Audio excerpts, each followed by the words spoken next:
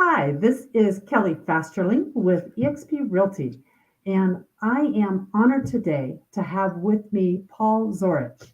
He is 33 years in the real estate industry, 45 years as an entrepreneur. He's been an entrepreneur since high school, so when you look at his history, it's quite amazing from owning a landscaping business to construction to real estate appraisal, and now in the commercial space. He moved to Nashville about 15 years ago, founded the Zorich Group, both residential and commercial. And you gotta love, he's married to his high school sweetheart and has 4 kids. So, Paul, thank you so much for joining us today. Thank you, Kelly. Appreciate you having me.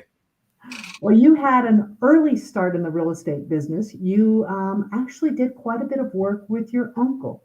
Talk to us about that history, and about that launch, whether you knew it or not, that launch into real estate. Yeah, it's funny how life goes. You don't think about it when it's happening until you look in the rearview mirror sometime later. But when I was a young boy at 9 years old, my father had passed away of cancer. I was raised by my mother, who had a catering business, was an entrepreneur, and she had a mother that she was taking care of in our home, my grandmother. And so I was very close to both of them, both hardworking, work ethic in the beginning. And my uncle had lived right down the street and had a couple boys that were a little older than me, became like brothers to me. And right across the street from him is where my mother's catering business was. So I was often between catering and my uncle's house. He was a carpenter early on and built many homes after World War II, and then later went into jewelry business and into investing in properties, from multi-unit apartment buildings to working with the Marriott Corporation to sell them land that he owned. And during the day, we'd work around his large properties he had a couple that were connected, several acres. There was always something to do with our hands, working and learning how to do drywall and painting and all this stuff in landscaping. And then at night we'd dress up and he'd take me to the most fabulous restaurants, and I'd just sit in my little suit at 10, 11, 12 years old and listen to these bigwigs talk about their deals. And you just didn't realize you're absorbing all that when you're a young kid. Yeah. But that was the beginning, looking back now. What a great history to have him take you under his arm Sure. and teach you all of that. That's amazing. Now, you started then a launch into business first with a landscaping business. Talk a little bit about that entree into running your own business, and then the growth of that through your construction and your appraisal business.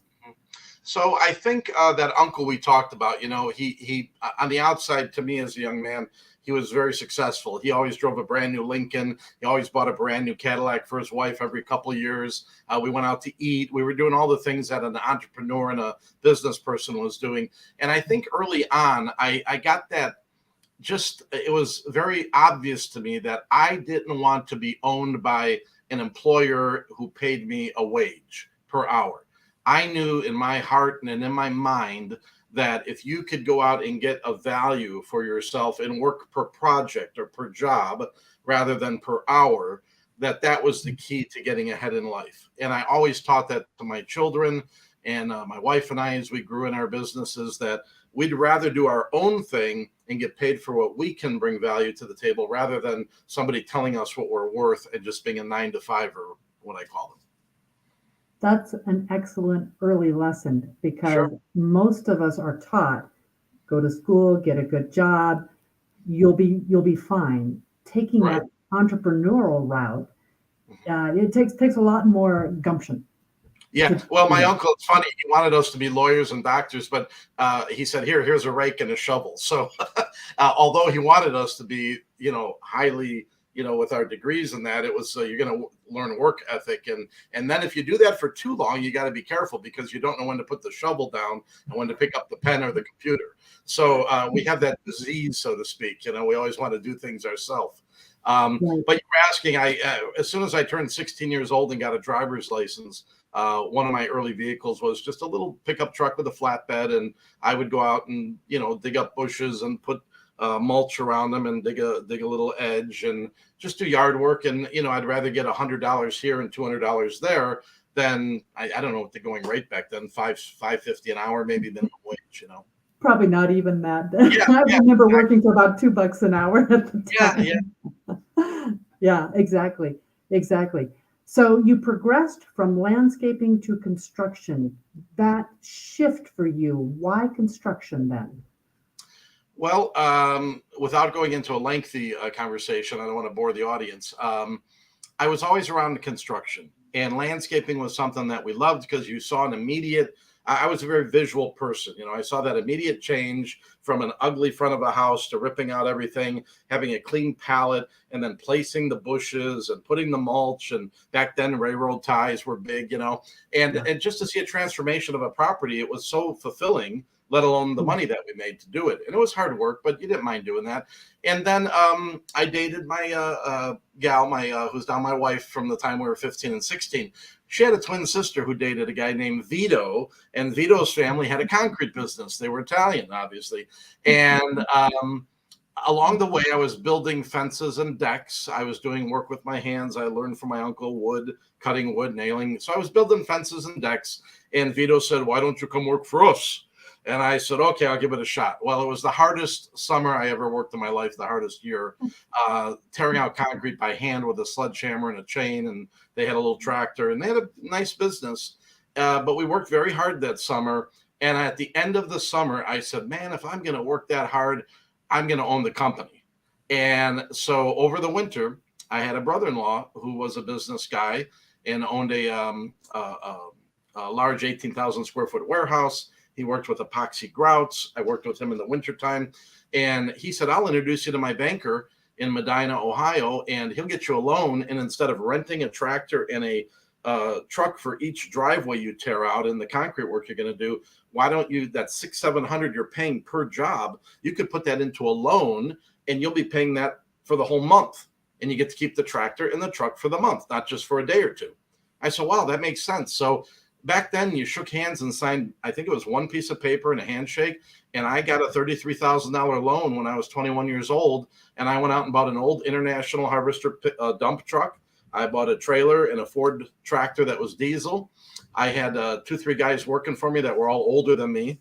And at 21 years old, I had this Zorich Enterprise construction company, and I was competing with all the Italians in Cleveland, Ohio. They were very jealous of me. Well, and I don't know if you know how truly gutsy that is at 21. My Looking brother, back, yeah, my brother went off and bought a truck and ran an 18-wheeler at 21. And insurance is really high, but it's a really gutsy move to yeah, do that. yeah. Now you eventually kind of moved more into the appraisal world. Talk about that. So I had a brief stint at the Ohio State University, Columbus, Ohio, and I didn't want to go to school and study. I wanted to be a businessman. And so I got involved with an organization called Rho Epsilon, which is a professional real estate fraternity. No house, no parties, but met at the business center, Haggerty Hall in Columbus.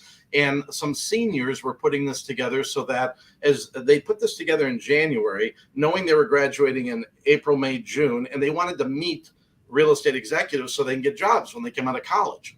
Well, consequently, when we got to May, after having some dinners and some speakers and business people come in, there wasn't too many of us coming back the following fall, except for me and a few others, and they voted me in as president. So I still got the plaque on my wall back here, Rho Epsilon, Paul Zorich, president, Ohio State University. It sounds big and fancy, but even back at 20-something years old, that's what I was doing. That was right before when I left college. Then I came out into the concrete business. So I had this uncle raising me. There was construction, there was entrepreneurship, there was real estate always kind of hovering around us. A Yeah. mother with a catering business, so there's always food around. And so out of the construction business, I had my own, as we talked about. And after about 3 years of that, I finally realized something. In Cleveland, Ohio, the weather gets really bad in late November until March. And often when the Cleveland Indians, or the Guardians now, started their spring season in April, there'd be snow on opening day. Well, it's hard to pour concrete in snow, wet weather, wind, or rain. So I thought, why did I choose a business to work so hard and I can only work 7 months out of the year, and the other part of the time I have to find extra work? And I Right. thought, okay, we're busting our back, we're getting out of here. besides my grandmother praying for me to find a better job because she saw how hard I worked. And then I answered an ad. It's the ad in the newspaper back then is where you looked for employment. It said appraiser needed 2 years minimum experience.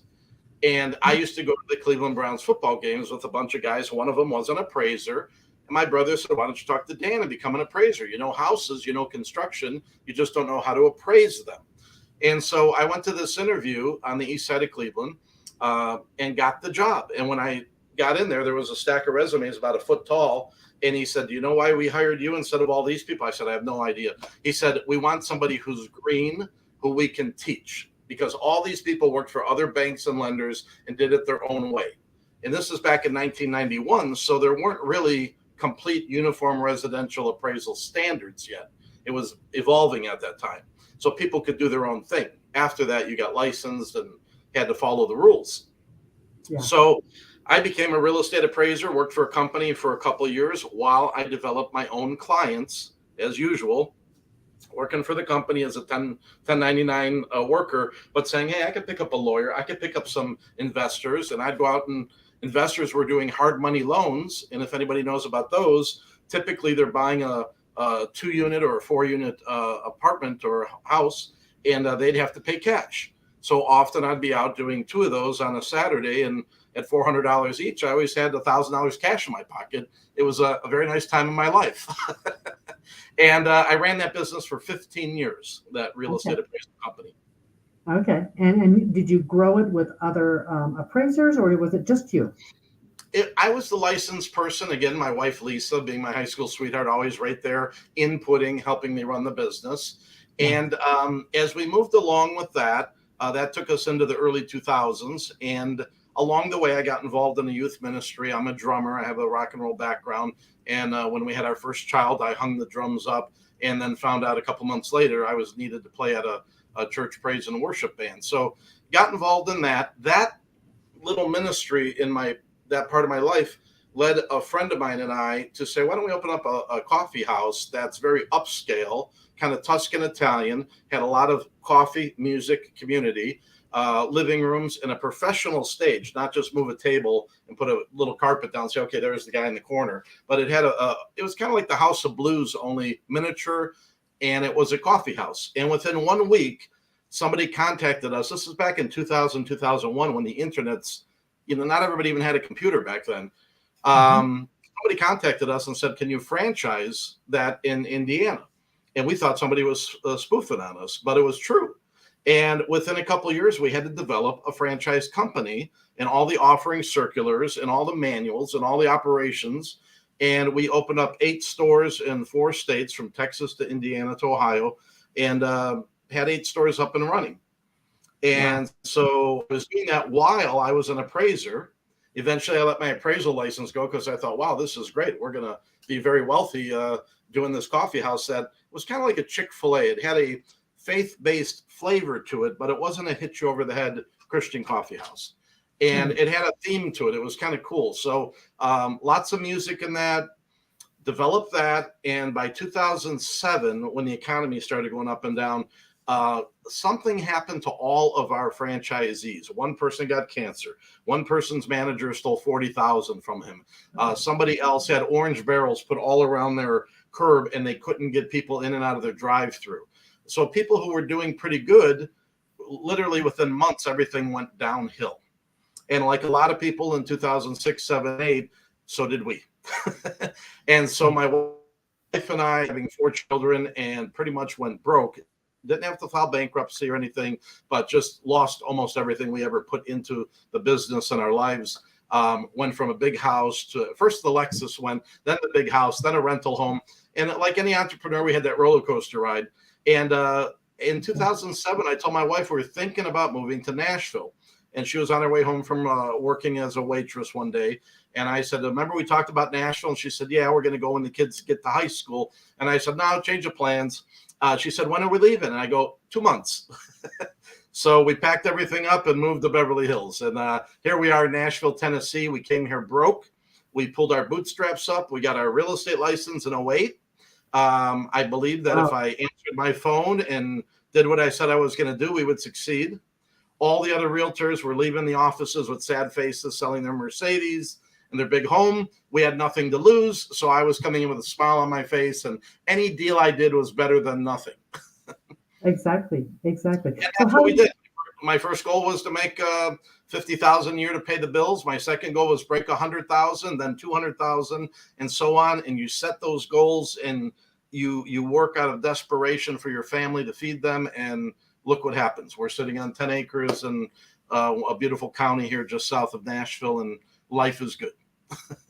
well, and there are a lot of folks now evaluating whether real estate's their thing. Like 2008, we're going through a little bit of that dip now. But we see a lot of new realtors coming in. You have had an amazing journey starting up and launching companies, and many of them quite successful. Really, all of them quite successful. Some of them maybe didn't end that way, but quite successful.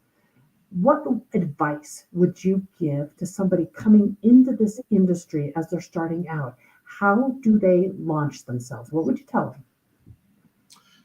First thing I think that's very important is always have a business plan, 1, 3, 5 years, and don't just write a plan, and don't make it too simple, although it doesn't have to be overly complex. But you have to have a roadmap of where you're going to go and how you're going to get there and what you're going to do. And then it's better for you to think about that and plan, even if it takes you a week or a month to put that plan together, and talk to other people in the industry, talk to your friends, your entrepreneur friends, and get that plan together, and then figure out what is your niche going to be that you can go after.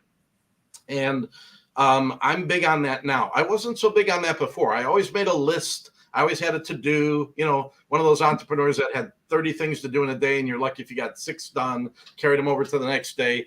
I learned how to time block and time manage. And if you could time block and have a business plan, they all go hand in hand together. I've got a time blocking sheet right here. I kind of do it the old fashioned way on an Excel spreadsheet, and I color code it and everything. And then sometimes I'm handwriting because I'm changing and amending and, things like that. But I do a lot of work on the computers and my iPhone, but I also am a paper guy and an Excel guy. And I even have a day timer still. I use the day timer with my computer because I like to carry that and all that. So if I'm starting out today, I'd also find a mentor. I think a mentor would be very important. If I would have I had my uncle early on, and even though he was instrumental, he was old school. He didn't necessarily give you instructions. You worked side by side and watched and listened, But if I would have had more of a mentor who said, hey, this week, do this. At the end of the quarter, accomplish this. Don't try to do everything in 1 week. Those are the kind of people you want to listen to. And have that business plan, have your time blocking, and be a little more structured. Get up every day early, get your day started. You could stop at 4 or 5 o'clock if you put a good 8 hours in and it was solid and you really did what you had to do. You moved the needle. Right. Now, when you came into real estate, you're in a new city. You really don't have a sphere there at all. So you don't have a bunch of people saying, oh, I'm a new realtor. Yeah. And then you have this choice between residential or commercial or both. What did you choose? How did you go down that path? I started out in residential because that's what I knew. My wife and I had already owned at that time in the past. So we had owned 21 properties. Half of those we bought, fixed up, lived in, sometimes as short as 1 year. And of course, doing most of the work ourselves. And then the other half were 3 units, 4 units, 1 unit, either flipping or keeping to rent. So we had that background. But when I came here as an appraiser previously, a lot of times I'd have to call the agent and say, I'm going to appraise 123 Main Street. My name's Paul. I'm the appraiser. Oh, the key is over here. Where's the key at? Well, the key's in Kansas City, but the property's over there in Virginia. It's like, could you please meet me at the house and let me in, at least for safety reasons, liability? And I found that a lot of the agents that I had dealt with in appraising couldn't do those things, or they didn't want to do them. And then I found that when I bought and sold property, I'd call an agent from a sign. Often I wouldn't get a call back for days, maybe a week. Well, by then I'm on to another property, or I already found my answers. So I felt that a lot of realtors didn't run their business like a business. It was a hobby. It was my spouse makes a lot of money, I want to do something, or they just they really do it for the independence of time, I guess. But if you run your business like a business, you'll be successful. So when I got into the easiest thing to do is get a license, get started. As I said, my first thing was let me cover my bills. And if I could cover my bills and come out with a little bit left over, that was my goal during those tough years of 08 and 09 and 10. And of course, things started to turn in 11. And then, so you're shifting into more of the commercial space. Contrast for me being in commercial versus being in residential. Yeah, so I've always had this commercial thing going on. I mentioned my brother-in-law had a 18,000 square foot warehouse, epoxy grouts. We'd go up to the steel mills in Detroit, Michigan, or the stamping plant in Pennsylvania, and do work. So I've always been in and out of commercial properties. It wasn't like, oh, I just want to do commercial and I've only gone into a gas station or a department store. I've had an experience around that. My uncle with the hotels and that. So it was a natural progression to go from residential to commercial. And I already understood the buildings and the purposes and that. I had to learn the formulas. I had to learn what a net operating income sheet was. How do I get to a gross rent multiplier? How do I figure out these formulas, which there apparently are about 4 or 5 that are very important and others that you rarely use. So, and then it's just thinking. I know when I look at this business or any business, it's really just being a thinker. Somebody who looks at something and looks at it and kind of sees it differently than others. Not an Einstein, not a Edison, but just a regular person who thinks a little outside the box, looks at a property and can say, well, that property, right now it's a decrepit, old 7-Eleven that's vacant. Hey, we could put a shoe store in there, or we could put a vape shop, or we could put whatever we could put in there that can make money for the highest and best use, which is always number one rule in appraisal. What is the highest and best use of that property? And so when I got involved in eXp Realty in 2019, I thought it was a little too good to be true. It's funny, my old broker, Rob Campbell, who owned 15 Remaxes in the Nashville area, he sold everything in 2013. And I was working at another brokerage, an independent, 100%. And Rob called me out of the blue from Facebook. Do you want to have coffee? And I want to talk to you about this eXp I'm doing. I never heard of it. So I went on the computer and Google and YouTube, and for 3-4 nights, I couldn't sleep. I'm checking it all out. And by the time I met with Rob for coffee, he started pulling out his laptop. And I said, what are you doing? He said, I'm going to show you the presentation of this.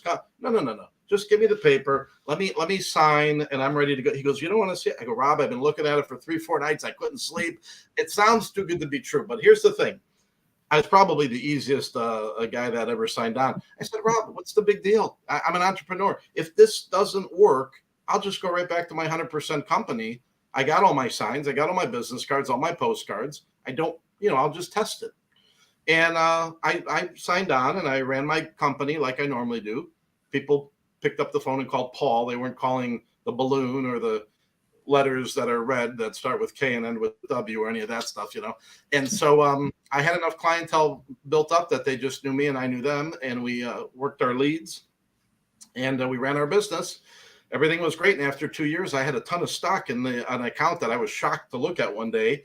And I was meeting the people that were around that company were very energetic, very forward thinking, wanted to build, wanted to do more. I'd never been with a company like that. I always had a mishmash of all kinds of people, and a lot of people that were just there for a couple extra dollars to go on vacation every year. These people were serious. They wanted to build something.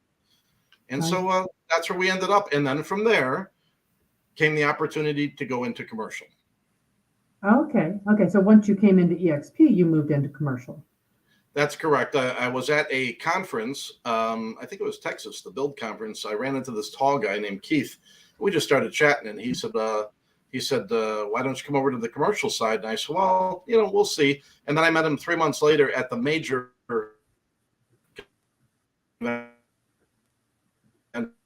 in Vegas, and I asked me, and I said, well, I'm having a good time here in Vegas. He goes, no, Paul, you got a wife in residential, a son in residential. You need to come to commercial. And I said, that would be a nice thing to do, I think. And that's really when the light bulb went off. And I thought, yeah, what am I doing? My wife could take care of our past clients. My son's working on future clients. I should get into commercial. And that way, if one side or the other other were to go up and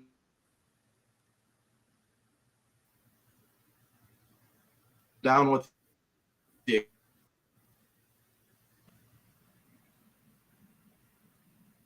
And Paul, are you there? Because I'm losing it just a little bit. Yeah, you froze for a second, but I think I hear you now. Okay, I think we're back.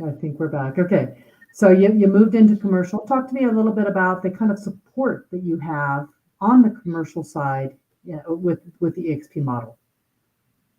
Well, I took several classes, most of them through EXP, one outside the company. And talking about our early experience with my uncle, it just seemed to flow very nice and easy.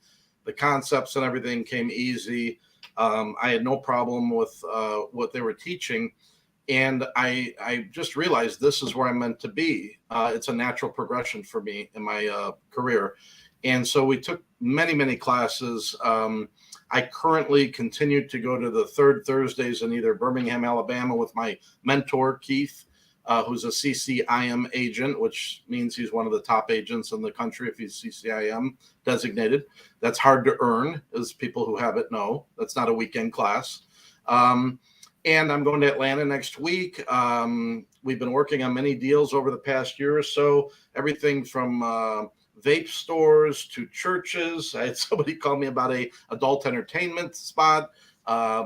We have office leases. Believe it or not, people thought offices were dead, but there are a lot of small companies that are either trying to grow or people that are starting from scratch, growing a company, and they need some type of flex space or something. I've had a laundromat. Somebody bought a Speed Queen franchise.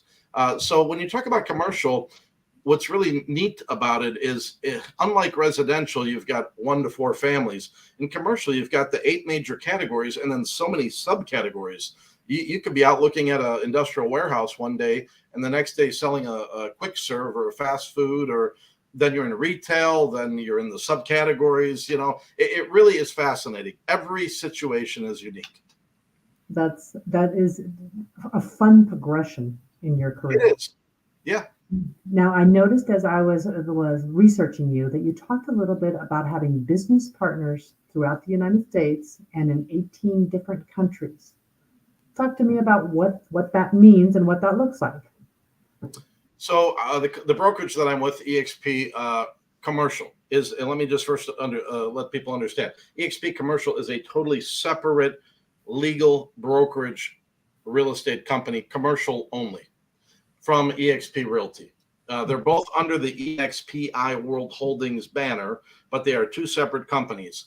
When EXP Commercial was started about 2 years ago, a guy by the name of Tom Trung up in Boston was talking to the owner of the company, or the founder, Glenn Sanford, and said, we really need commercial. And they talked about bringing in a person named James Huang from Southern California, who worked with Sperry's International. And James decided, yep, I'll come over and I'll start the company that side, and we'll build a real commercial division, not just a subsidiary, not a division, but an actual brokerage company. They wanted to compete ultimately with the big companies like, Cushman & Wakefield and Colliers, and just the big guys that are all over the world now. We already have a realty company in 24 countries. We already have 80-something thousand agents. And an interesting fact, just in 1 year, our realty agents provided $9 billion in referrals to our commercial company.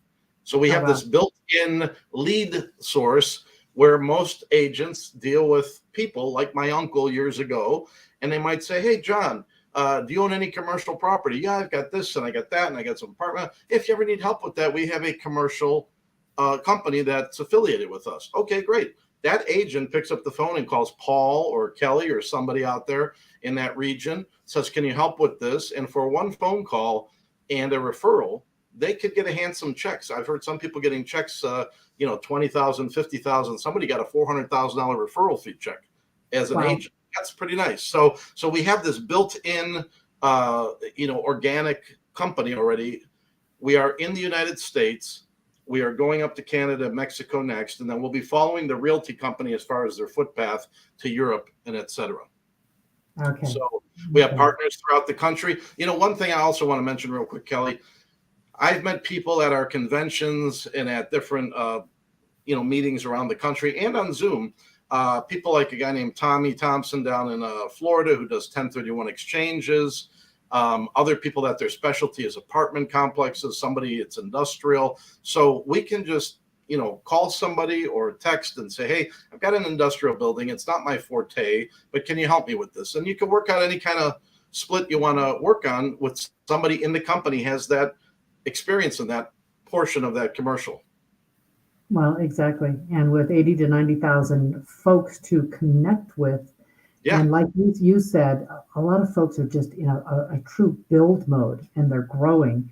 There right. is so much to learn from, I so agree. much. I agree. And I'll Now, tell you, you can get a free vacation out of it because my wife and I like to go to Italy. And we haven't been this year, but last year we went and we talked to the number 2 EXP guy in Italy, in Milan. We set up a meeting in advance. We really do want to expand into Italy with our business. And we're meeting people over there that are agents with other companies that may want to convert. And take a trip, do some business. I like to work. I'm a kind of a recovering workaholic. So when I go to Italy, I don't mind working half the time ah, and enjoying the food at night. So we've met some wonderful people with EXP in Italy, and it helps us to grow our business and at the same time enjoy some of the beautiful tax benefits that our government has offered us. yes, yes. Well, and you're a man in your businesses, you think outside the box, you approach, challenges will happen, they do, and Yes. you approach them with a fervor that allows you to create success out of it, even if it's not looking like a successful situation. Share with me just a couple stories about how you've leveraged that mindset to create a different reality for yourself. Well, right now I'm 57 years old. This year I'll be 58. And I've learned that life happens. And if you live long enough, you're going to have good days, you're going to have bad days, you're going to have good seasons and tough seasons, challenges. And we try to be positive as often as possible. We start our day with a positive mindset, with our gratefulness in the morning before we get to work. And I'm a Tony Robbins guy. I'm a Zig Ziglar guy. I mean, I think anybody who's made it somewhere has had to have those influences. Even when I was young, listening to those tapes. But you've got to get in the mindset that life will happen. And when you have a challenging day, work through it.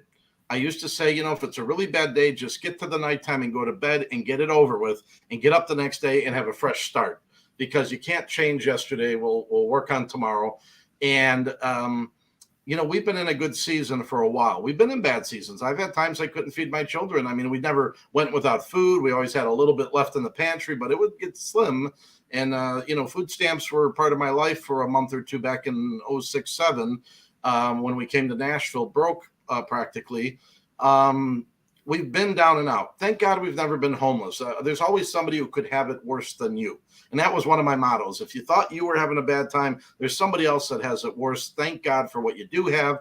Get up and move forward because we just can't stop, and life is like that. Recently our dog got a little sick and I love my dog and he had a little episode for a day or two and I got a little sad and I was thinking, oh, if something happens to Zeke, what are we going to do? And I started thinking, boy, we haven't had any challenges like that in a while, health or financial, where we're back to being kind of beaten up a little bit.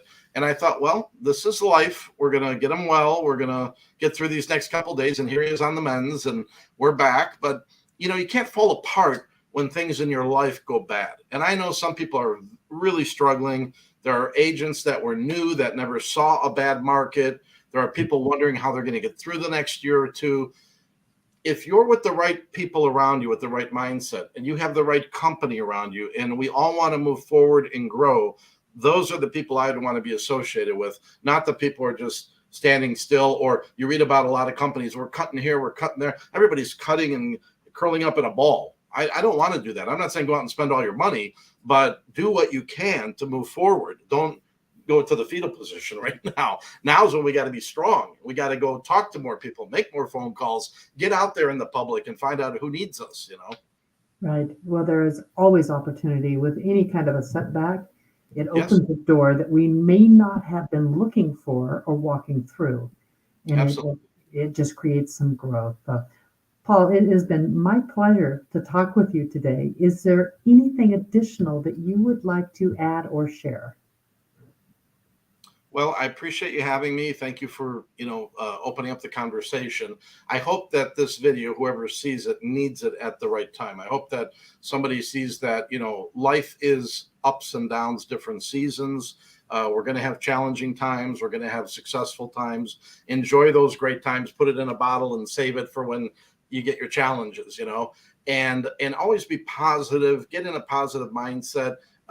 Don't get into drama and depression and people, let's think big, let's think positive, let's be grateful for what we have, and let's make 2023 and forward great years for our lives, for our businesses, our loved ones, and let's just move forward and do it. We have choices to make. My choice is to be positive and move forward. I love it. I love it. And it has been a gift for me to get to know you and for our audience to get to know you. So again, thank you Likewise. so very much. Well, I've enjoyed it, Kelly. I've enjoyed our friendship, and I look forward to growing it even more in 2023. I'm right there, right beside you. You take care. All right. Thank you, Kelly.